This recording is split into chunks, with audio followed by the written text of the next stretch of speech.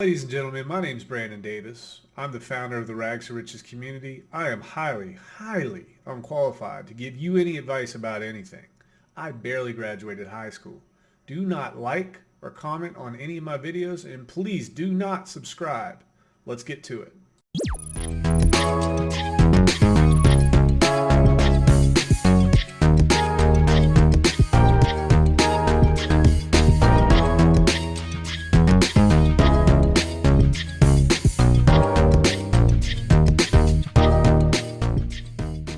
Here we are. My name is Brandon. I am the founder. I am the owner of the Rags to Riches community. And you are here because you have nothing else better to do with your time. And you potentially saw my thumbnail, which talks about liquidity pools and decentralized exchanges. Now, if you're like most of the population watching this, chances are you have no clue what those mean. So I did the research. I've done the research, so you don't have to. And my goal is to break this down as simple as possible from a 30,000 foot view so you degenerates and you hooligans can actually understand what you're investing in when you invest in PulseX or Uniswap or whatever the case may be. And then we're going to get into the details of PulseX and how that's going to tie into everything and how that's going to tie into this title, a $10 million opportunity. Let's get to it here. Hey, listen, I quit. He showed me this PulseX thing. Great movie. I'm sure most of you guys agree. Socials, Balliet Brand, you're doing such an amazing and inspirational work, Brandon. Clap, heart, bicep, flex, whatever, Balliet Brand. Bobby Hexelrod, WTF, Brandon, you can't be posting things that make me cry. I have an image to protect. LOL with 3 exclamations. Very touching. Not to mention seeing a red-haired white Santa with a bag full of cash in Brooklyn. That was a Christmas miracle in its own right. Kudos, Brandon. If you missed the Christmas video, check it out. Don't check it out for me. Check it out for Mike and his kid. You'll learn all about them in that video. Runeskis, proud to be part of the R2R community. I wish I could say the same about you, Runes. Sorry, buddy. So, what is a decentralized exchange? And more importantly, what is PulseX? This is probably the number one comment that I see in Reddit, that I see on Twitter, that I see on Facebook, that I see on YouTube. What is a decentralized exchange? What am I investing in? What are liquidity pools? So I'm going to try to explain this to everybody so you freaks of nature, you degens can understand what you're actually investing in. A decentralized exchange from a 30,000 foot view, folks. Don't beat me up in the comments. If you think you've been around crypto long enough, make your own videos about this. And you can help people fill them in the comments about what's going on. A decentralized exchange gives people a way to exchange cryptocurrency from their own wallet instead of having to use a centralized exchange where they provide a wallet for you. With centralized exchanges, you are giving them custody of your crypto. With DEXs, or decentralized exchanges, you own your own crypto.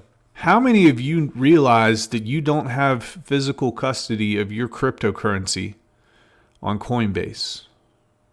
How many of you guys knew that?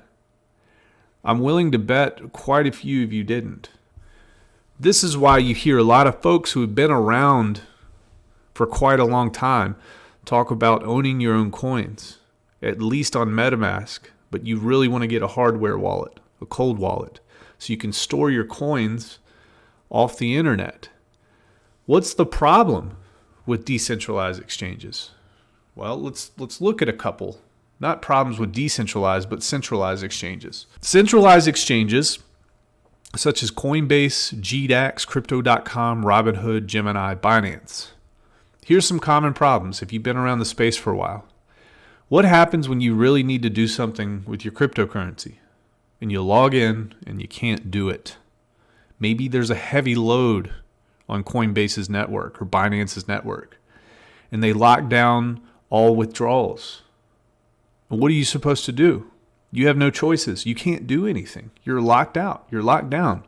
They have custody of your coins. You do not have ownership of those coins. That's frustrating. What happens when they won't let you withdraw because they're going to require some type of identification check? Well, this is your property, right? This is property. Why should you answer to somebody else? I'd say that's a pretty big problem. How many billions and billions and billions of dollars have been hacked? Even this year, billions of dollars have been hacked on centralized exchanges. So one day you're going to log in and nothing's going to be there, right? Decentralized exchanges give you a way to connect your hardware wallet and make swaps and make transactions without having to rely on a middleman. And that's what centralized exchanges are. Some examples of decentralized exchanges: Uniswap, Pancake Swap, PulseX, Sushi Swap, 1inch.io, HoneySwap. So how do centralized exchanges work? Well, let's just take a look here. You've got a person, they've got some money, they've got some Pulse. They deposit their Pulse on a centralized exchange. They wanted to send it to somebody else on another centralized exchange. So they have to use the centralized exchange vault. They've got to send it to another wallet. This person will receive it, or the exchange will receive it, and then the person on the other end has to withdraw it. It's a lot of hops. Okay, that's an extra hop that is really unneeded. We want to remove the middleman. We want to remove the middleman for fees, for security, for flexibility, for ease of use. So what's a decentralized exchange? A decentralized exchange is very simple, very efficient, and it's what we recommend. Decentralized says you own your own vault. You own your own wallet. Nobody in the world has access to it. And if you want to send money, no matter what time of day, no matter what the circumstance, no matter if it's high volume or low volume, if you want to send it, you have the ability to log into that wallet and send it immediately to the next person. It removes that decentralized middleman. Okay? All right. So that's a good thing. The next thing that we're going to talk about, we talked about what decentralized exchanges were and how they worked. We're going to get kind of granular with this. We know that if you have a wallet that has cryptocurrency inside, you can connect that wallet to a decentralized exchange.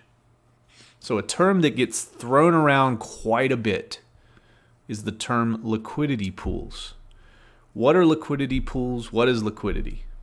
So we're going to break this down very, very simply, okay? You've got two folks. One guy has 1,000 units of bubblegum. He's tired of bubblegum. He's got bubblegum all over his house. It's in his room. He hates it. He wants to get rid of it, but he really likes Hershey's. Got another guy who has 1,000 units of Hershey's. And you know what? He hates it. He's got his freaking rooms full of Hershey's, man. It's horrible. So what do they decide to do? They find out that one has gum and the other has Hershey's. So this is how a liquidity pool works. This bucket is going to represent a liquidity pool. We're going to take his 1,000 units. We're going to put it in this pool for safe storage. We're going to take his 1,000 units of Hershey's and put it in this storage bucket. So since 1,000 pieces of each were added, we want the constant value of this bucket to be 1,000 times 1,000, or 1 million. So at any given moment, this bucket's value is 1 million. All right? Very important. And we're going to go over why that's important. So now you understand what a liquidity pool is. If you were to look at this through a crypto lens, maybe this guy has a ton of USDC. Maybe this guy has a ton of Ethereum, or a ton of Pulse, or a ton of HEX. So he puts his HEX in, he puts his USDC in. This liquidity pool is a HEX USDC liquidity pool, right? You've got two pairs. You're one pair, you've got two different assets, and they're bonded together in this liquidity pool. And the important part here is this liquidity pool should always equal 1 million. Just for example, I'm going to show you why. So we talked about that. What are liquidity pools? Liquidity pools are essentially ways to be able to track the value of assets. and they track the value of assets with the formula.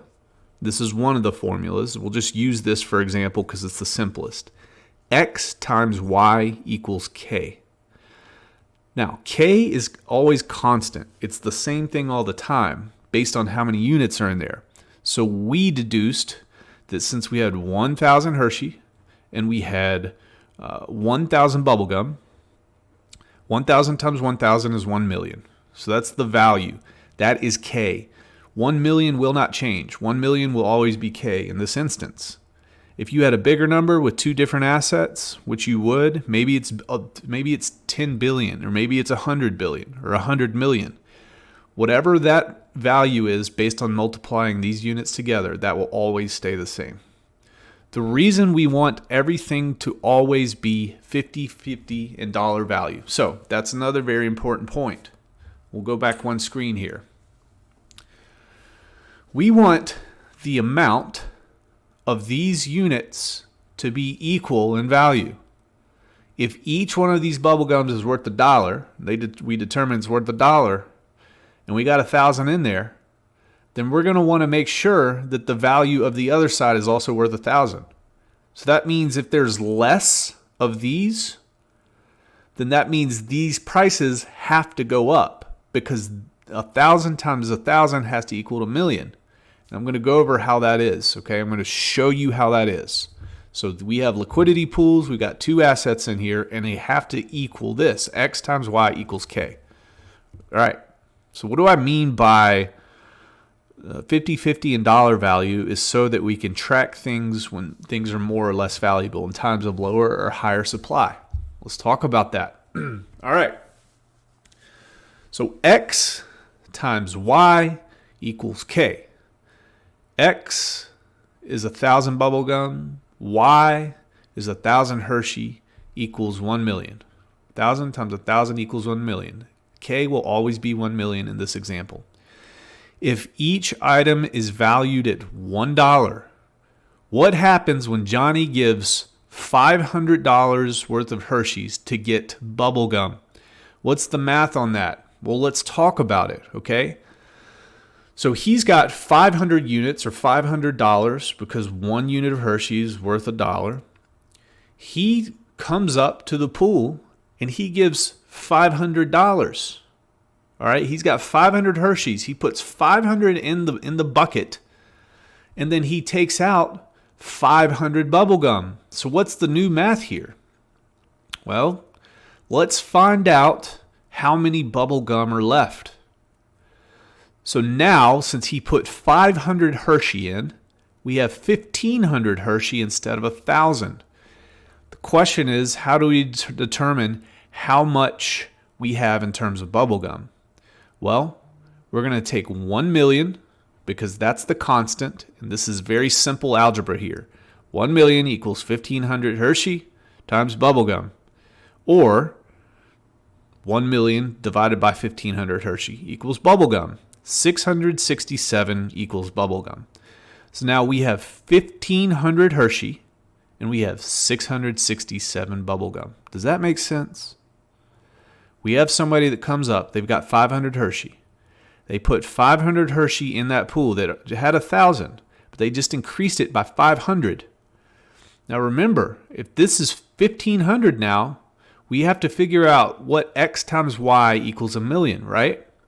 So if this is 1,500, we're going to divide 1 million divided by 1,500 to find out what X is. And X is 667 bubblegum. So what's that mean?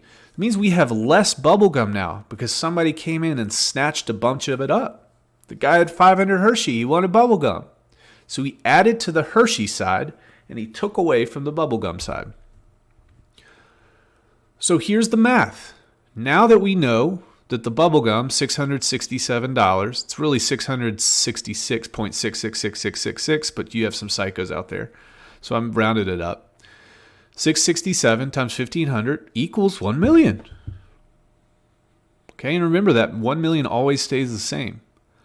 Now, one gum is worth $1.49. One Hershey is equal to 0.6666 cents. Okay? That's how liquidity pools work.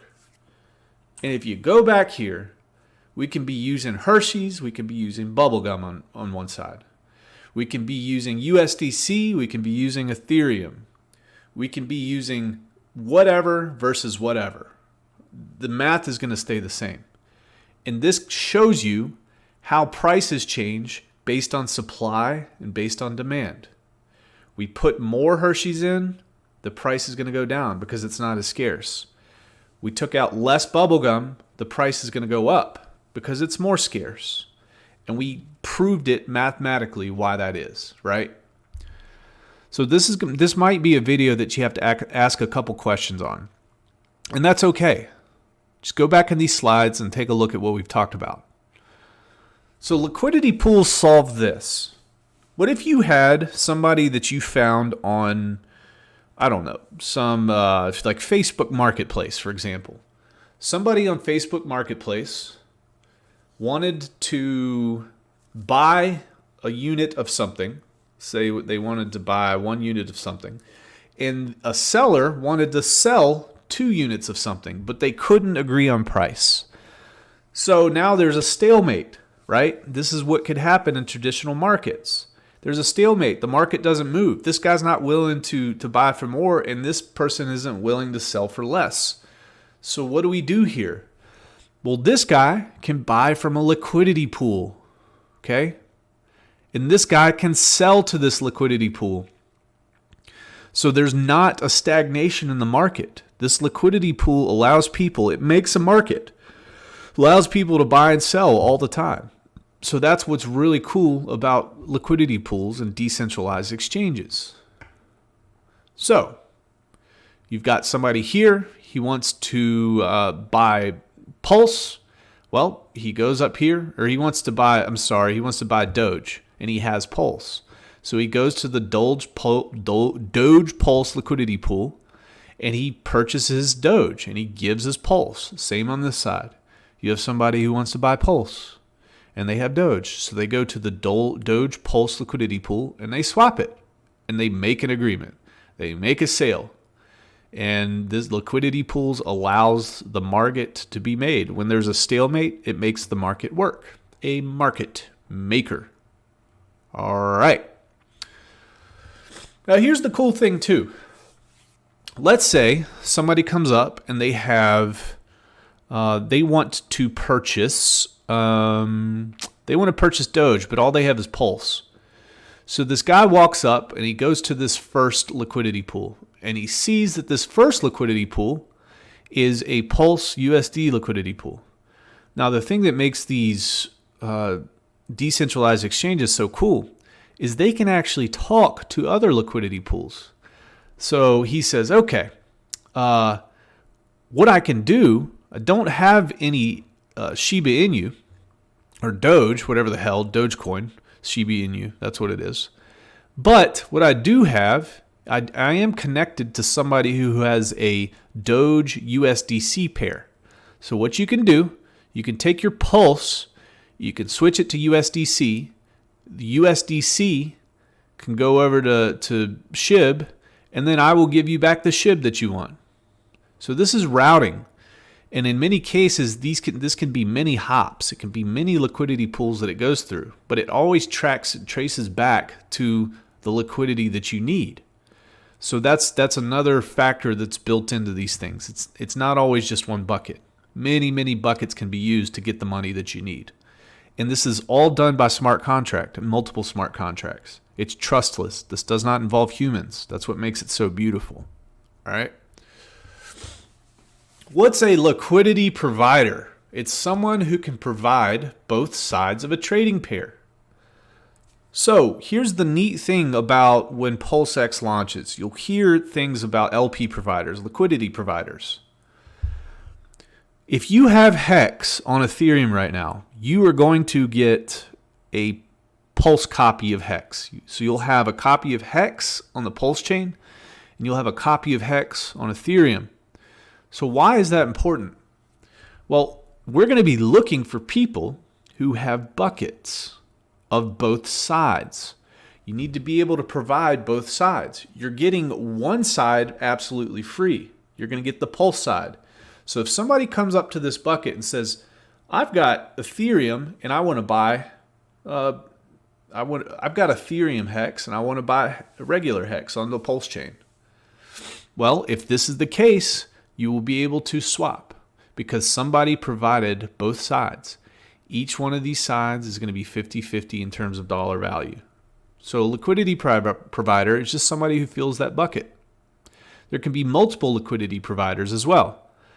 They can fill their bucket with their copies and their pairs. So literally, when you go to interact with this, they're going to say, what do you want to provide? And you're going to say, I want to provide a Pulse hex pair.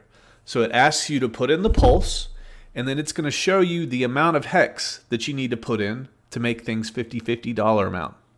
And then you punch in your numbers, you put in your hex. Now you have a $50 dollar amount. It goes into the liquidity pool. And because you're doing this, you're going to get extra rewards for it. That's kind of cool. All right. For some of you, what I just said went completely over your head. So I want to go about this a different way. I just kind of want to visually show you a different way. So let's go. Imagine that you walk into a room and there's a bunch of cash registers, but there's something special about these cash registers. These cash registers only have two different types of currency inside. Not multiple, just two, all right? So you've got a bunch of quarters. You walk into this room, you've got quarters, and you want to change your quarters for dollars. You want to change 4 quarters for $1. So you walk up to this first register, you open it up and you see, oh, they've got dollars, which is cool, but they have euros, okay? So I've got quarters.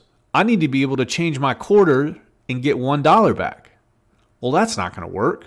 All right, let's walk to the next one. The next one has dollars. Again, oh, I'm excited, dollars, but then it has pennies. It doesn't have quarters. I want to be able to take my 4 quarters and change it for $1 because that's the same value, right? Well, there's no quarters in this one. We can't do it. Here's the next one. Now we've got euros versus Pulse. Well, that's not going to work. I'm getting kind of frustrated. I might have to walk out of this freaking room. It's kind of creepy anyway, with old school like cash registers. Oh, there it is. Look at that, folks. I've got 4 quarters.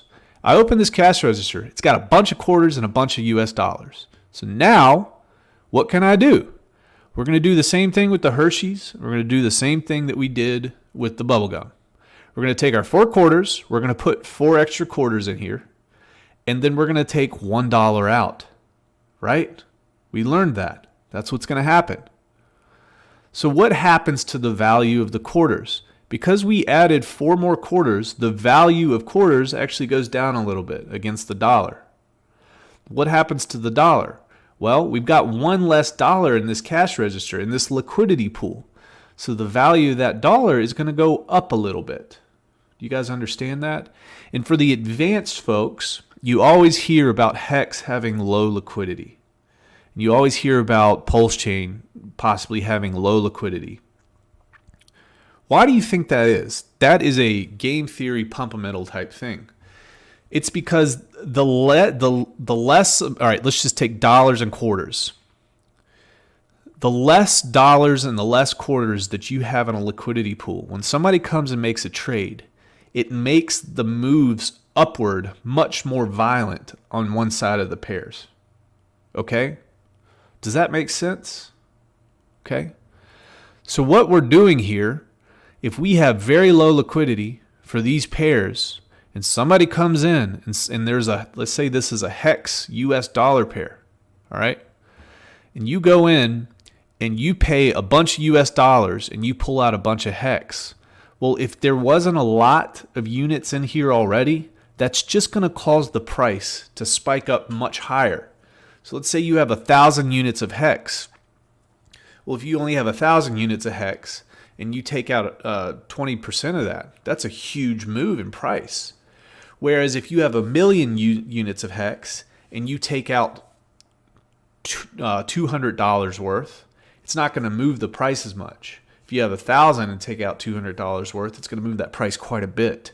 So that's just advanced. Don't worry about it if you don't understand that part. I gave you that warning, but that's why. Okay, so that was a journey. Let's move forward here. Okay.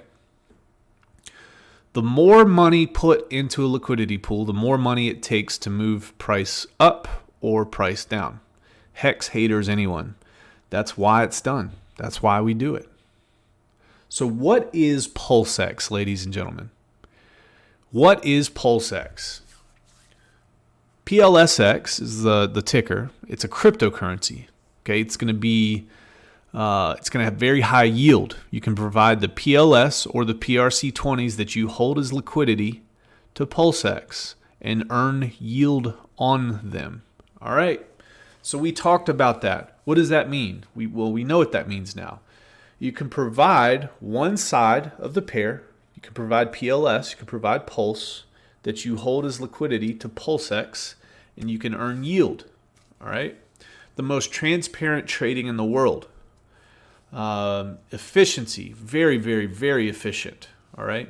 Transacting on Pulsechain costs less than 1 penny, and confirmation happens in about 3 seconds. Compare that to Bitcoin, where it takes about 10 minutes or more for a transaction to go through. It's the most transparent trading in the world.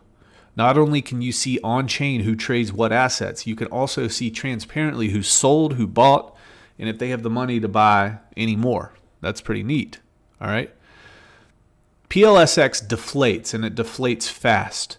PulseX solves some common problems. The fee to users is lower than on most competing exchanges. Many tokens will inflate at high rates, while PLSX never inflates. What does inflation mean? Okay, in some cryptocurrencies, you have supply that is released, more supply that is released over time. Okay, more supply that's released. So with PLSX, the entire supply of PulseX is released, and as time goes on, every transaction that occurs, Pulse gets purchased up and then sent away and burnt forever. So we're decreasing that supply with every single transaction. What did we learn about earlier? If we have decreasing supply, what does that do to price of an asset? It increases it. It increases it quite a bit, especially on a decentralized exchange, because you get such high volume as compared to other places. And we're going to go over that too. So Pulsechain is a DEX. Pulsechain is a decentralized exchange that enables you to exchange PRC20 tokens on Pulsechain for one another. For example, you could swap Pulsechain's native token, which is PLS, for PLS tokens, which is PLSX. It works like Uniswap on Ethereum, right? So you can take the native token of PulseX. You might sacrifice for it. You might get a huge amount. You might have sacrificed for Pulse, and you might have some Pulse coins. We're going to be able to go in here, and based on the dollar amount, the price for each, you could swap your Pulse for PulseX, or you could swap your PulseX for Pulse. And this decentralized exchange allows you to do that. In order to enhance PulseX's success, another token will exist to further incentivize liquidity providers beyond the fees that they're already making. When they become liquidity providers, they will receive LP tokens that they can deposit into a yield farm. This token is emitted with decreasing inflation over time. A DAO chooses which trading pairs receive this incentive and at what rates. Only addresses with PLSX balances get to vote in the DAO. So what is a DAO? All you can think about with the DAO, it's a way for people to govern. It's a way for people to be able to vote and to be able to change as times are changing. So if you have a token, and you need that token to compete with other tokens in the space because those tokens have made upgrades, as a community, if you have a say in this DAO and this governance token, what you can do is vote on those changes and implement those changes to the code to be able to move it forward. All right.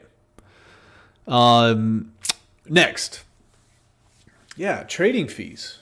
This is important too. PulseX will have every transaction, it's 0.29% fee that users pay on every swap. That's less than SushiSwap, Trader Joe's, QuickSwap, and Uniswap. 76% of all trading fees will be distributed to liquidity providers. 21% will be used to buy and burn PulseX. We talked about that. So of that almost 0.3% every transaction, 21% of that 0.3 will be used to buy PulseX and then burn it. Send it to an address and it's burned forever. It'll never come back out. So that's really, really bullish. This buyback will happen automatically without anyone needing to do anything and without admin keys. It's all smart contract related. We don't have to worry about it. The way crypto is supposed to work. The other 3% will go to an address you must not have any expectations of. So it's really quite that simple. 3% of that 0.29%, which comes out to 0.008%, that goes to an address that you don't need to worry about. And we'll look at that here in a second. Let's look at Pancake Swap versus PulseX. Pancake Swap is Binance's promise child here. Pancake Swap, when making a token trade on the exchange, you pay 0.25% trading fee, which is broken down as follows. On PulseX, when you make a token trade on the exchange, you pay 0.29% trading fee. All right.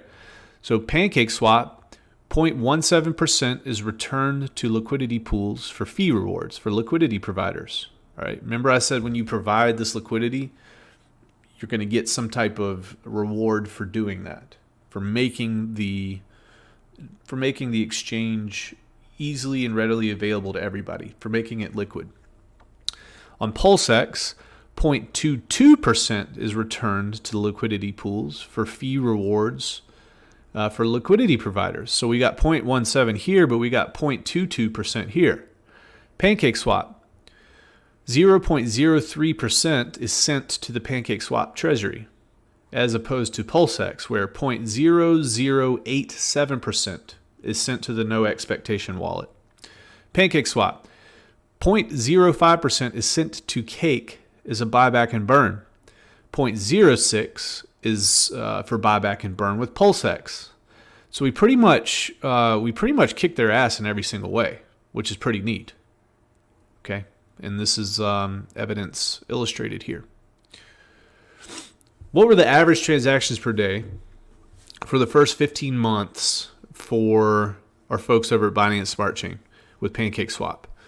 It was about 4,507,000 for the first 15 months. In the first 15 months, all right? What about user count? 125 million unique wallets. It took 45 days to reach 75,000 addresses. So the bullish thing about this is I really believe that PulseX, we're going to have a lot of folks sacrifice it. I could see 60 to 80,000 people or unique addresses sacrificing for PulseX. So if we got 60 to 75,000 off the bat and it took them 45 days to reach that number, I think that's pretty bullish as well. On top of that, we're not going to have any competition because PulseX is going to gobble up all the trading pairs from all the other places, and we're going to put all that liquidity in one exchange. There's not going to be competition. If you are on Pulsechain, you are going to be using PulseX or PulseSwap. That's what you're going to be using, pulseswap.com. Price appreciation. Here's what you can tell as well. Along with the amount of wallets that increased, this happened in pretty much the February timeframe. If you notice, right before that, actually in the middle, we saw an increase in price, a massive increase in price. In fact, in 3.5 months, they did a 100x. Now, the people say, well, this chart doesn't look impressive, blah, blah, blah, blah. I'm like, this chart, these projects have not been around. And also, they haven't been around a long time. Who knows what's going to happen to this? Well, we do know. Volume is only going to ratchet up. If the crypto market cap 10x's every 3 to 5 years, then you can probably expect this to 10 to 100x because of the volume and the deflationary aspects of these cryptocurrencies. So within, that's incredible. Within a 3.5 month period, within the first year, we did 100x. And I think, now this is Pancake Swap, I'm pretty daggone confident that we will see much better price appreciation when we get into the PulseX realm. Pancake swap averages just under $1 billion in exchange volume daily over the past year. That equals about 600,000 to 800,000 daily in buy pressure. So just remember that a portion of that total volume, a portion of that gets burned and sent to an address. Okay, it gets burned forever, bought up and burned. That happens on Pancake swap too. So if we just got a fraction, that's $255 million per year that they're getting in buy pressure and deflationary pressure, which is huge. If we just saw a tenth of that, it would be massive for PulseX. It would be absolutely massive, and I think we're going to see much, much more. What could we expect PulseX to do initially? The tokenomics are built in such a way that it's going to give us the best chance for a 10,000x at some point in time. I would be surprised to see it do a 10,000x in 2 years. I would probably be shooting for more of a 3 to 6 year time frame for this to happen if it really, really takes off. All the pieces are in place for this to happen this way. We just need users. It's that simple.